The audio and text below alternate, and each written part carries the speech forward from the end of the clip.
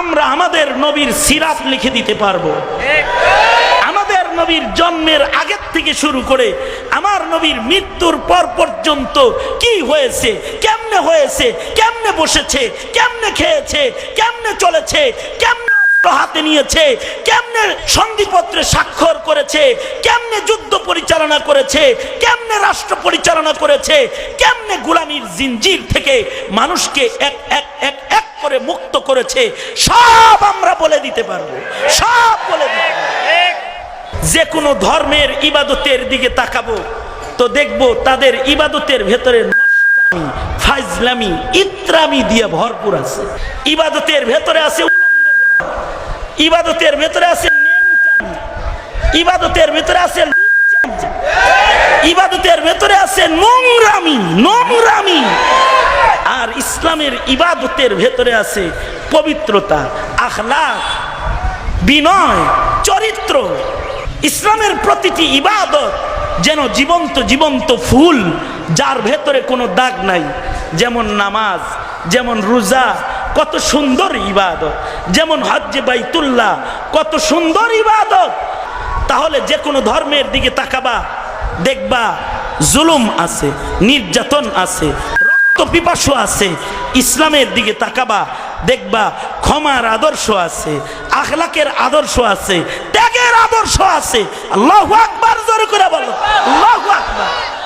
কারণ নবীজিও কোরআন। কারি তৈয়ব সাহেব রহমতুল্লাহ আলাইহির চমৎকার একটি লেখা আমি পড়েছি, দু কোরআন, দু কোরআন। শিরোনামটা দেখে মনে হয়েছে জমিনের উপরে বুঝি কোরআন শরীফ দুইটা। পরে পয়রা দেখি দুইটা কোরআন, একটা কোরআন লিখিত কোরআন, আর একটা কোরআন জীবিত কোরআন।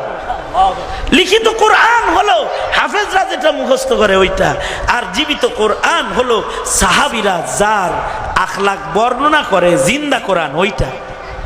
সেই কোরআনকেও আল্লাহ এমন ভাবে হেফাজত করেছেন, কোরআনের প্রতিটি অক্ষর যেমন আছে, আমার নবী কেমনে হেসেছেন তাও কিতাবে আছে, আমার নবীর চুলগুলো কেমন তাও কিতাবে আছে, আমার নবীর উঙ্গুলির মাথাটা কেমন তাও কিতাবে আছে, আমার নবীর প্রশস্ত সিনাটা কেমন তাও কিতাবে আছে, আমার নবীর বুরু দুটো কেমন তাও কিতাবে আছে, আমার নবী রেগে গেলে কেমন তাও কিতাবে আছে, আমার নবী লৌহ বর্ম পড়লে কেমন তাও কিতাবে আছে, আমার নবী নামাজের মুসল্লায় দাঁড়ালে কেমন তাও কিতাবে আছে, আমার নবী বৃদ্ধার সামনে কেমন তাও কিতাবে আছে, আমার নবী জালিমের সামনে তার তাখত তাউসকে টুকরা টুকরা করতে কতটুকুন গরম তাও কিতাবে বিদ্যমান আছে।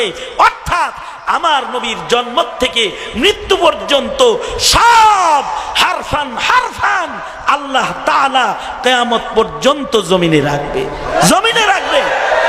আমরা আমাদের নবীর সিরাত লিখে দিতে পারবো। আমাদের নবীর জন্মের আগের থেকে শুরু করে আমার নবীর মৃত্যুর পর পর্যন্ত কি হয়েছে, কেমনে হয়েছে, কেমনে বসেছে, কেমনে খেয়েছে, কেমনে চলেছে, কেমনে হাতে নিয়েছে, কেমনে সন্ধিপত্রে স্বাক্ষর করেছে, কেমনে যুদ্ধ পরিচালনা করেছে, কেমনে রাষ্ট্র পরিচালনা করেছে, কেমনে গোলামীর জিনজির থেকে মানুষকে এক এক এক এক করে মুক্ত করেছে, সব আমরা বলে দিতে পারবো, সব বলে দিতে পারবো। ধর্মগুরুর দিকেও যদি তাকাই তাহলে ইসলামের চেয়ে শ্রেষ্ঠ ধর্ম পৃথিবীর মাটির উপরে আর নাই। আর যদি ধর্মের ইবাদতের দিকে তাকাই তাইলে তো ইসলামের জুরি নাই, ইসলামের জুরি নাই। যে কোনো ধর্মের ইবাদতের দিকে তাকাবো তো দেখবো তাদের ইবাদতের ভেতরে নষ্টামি, ফাজলামি, ইত্রামি দিয়ে ভরপুর আছে, ইত্রামি দিয়ে ভরা। ইবাদতের ভিতরে ইত্রামি, ইবাদতের ভেতরে আছে উলঙ্গপনা, ইবাদতের ভেতরে আছে নেংটামি, ইবাদতের ভেতরে আছে লুচ্চামি, ইবাদতের ভেতরে আছে নোংরামি, নোংরামি। আর ইসলামের ইবাদতের ভেতরে আছে পবিত্রতা, আখলাক, বিনয়, চরিত্র। ইসলামের প্রতিটি ইবাদত যেন জীবন্ত জীবন্ত ফুল, যার ভেতরে কোনো দাগ নাই। যেমন নামাজ, যেমন রোজা, কত সুন্দর ইবাদত। যেমন হজ্জে বাইতুল্লাহ, কত সুন্দর ইবাদত। এগুলো ওই ধর্মের অনুসারীদের ধর্মের ইবাদতের নোংরামির কোন চিত্র মুসলমানের ধর্মের ইবাদতের ভেতরে খুঁজে তোমরা বের করতে পারবা না, বের করতে পারবা না। মুসলমানের ইবাদতের ভেতরে বের করতে পারবা বদান্যতা, ইবাদতের ভেতরে বের করতে পারবা গুলামি, কিছুই নাই।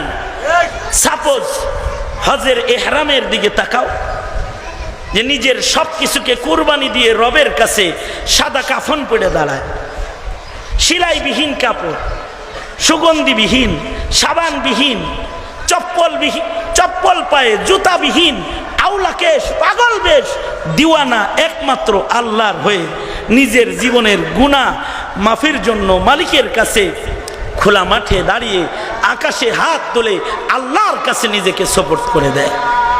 এরকম সুন্দর আখলাকের ইবাদত পৃথিবীর কোন ধর্মে তালাশ করে পাবে না। এ তো ইবাদত। আর যদি কালচার শিক্ষা দাও, সংস্কৃতি শিক্ষা দাও, ব্যবহার, মুআমালাত, মুআশারাত শিক্ষা দাও, তাহলে যে কোনো ধর্মের দিকে তাকাবা, দেখবা জুলুম আছে, নির্যাতন আছে, রক্ত পিপাসু আছে। ইসলামের দিকে তাকাবা, দেখবা ক্ষমার আদর্শ আছে, আখলাকের আদর্শ আছে, ত্যাগের আদর্শ আছে। আল্লাহু আকবার, জোরে করে বলো আল্লাহু আকবার। ইসলাম কারোর মন্দির জ্বালিয়ে দেয় নাই, ইসলাম কারোর মন্দির ভাঙে নাই।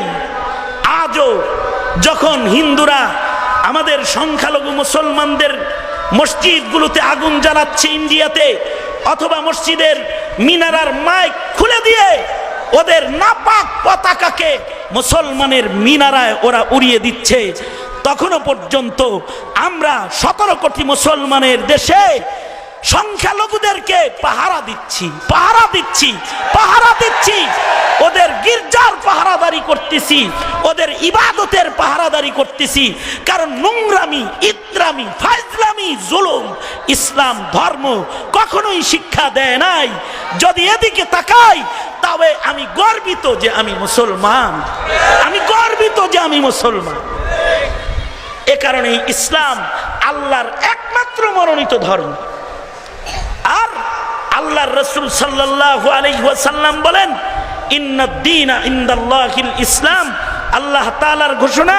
আর আল্লাহর রাসূল বলেন, আল মুসলিমু মান সালিমাল মুসলিমুনা মিন লিসানিহি ওয়া ইয়াদিহি। ওয়াহ, কত সুন্দর এলান ধর্মযাজক মুহাম্মদুর রাসূলুল্লাহ সাল্লাল্লাহু আলাইহি ওয়াসাল্লামের। নবীজি বলে, আমার মাধ্যমে আনিত ধর্ম ইসলামের সৈনিক একটি মুসলমান হিসেবে তুই যদি তোর নামকে লেখাতে চাস, তাহলে তোর মুখ, তোর হাত থেকে আরেক ভাই নিরাপদে থাকতে হবে। হাতের জুলুমও করবি না, মুখের জুলুমও করবি না, তাইলেই তুই মুসলমান।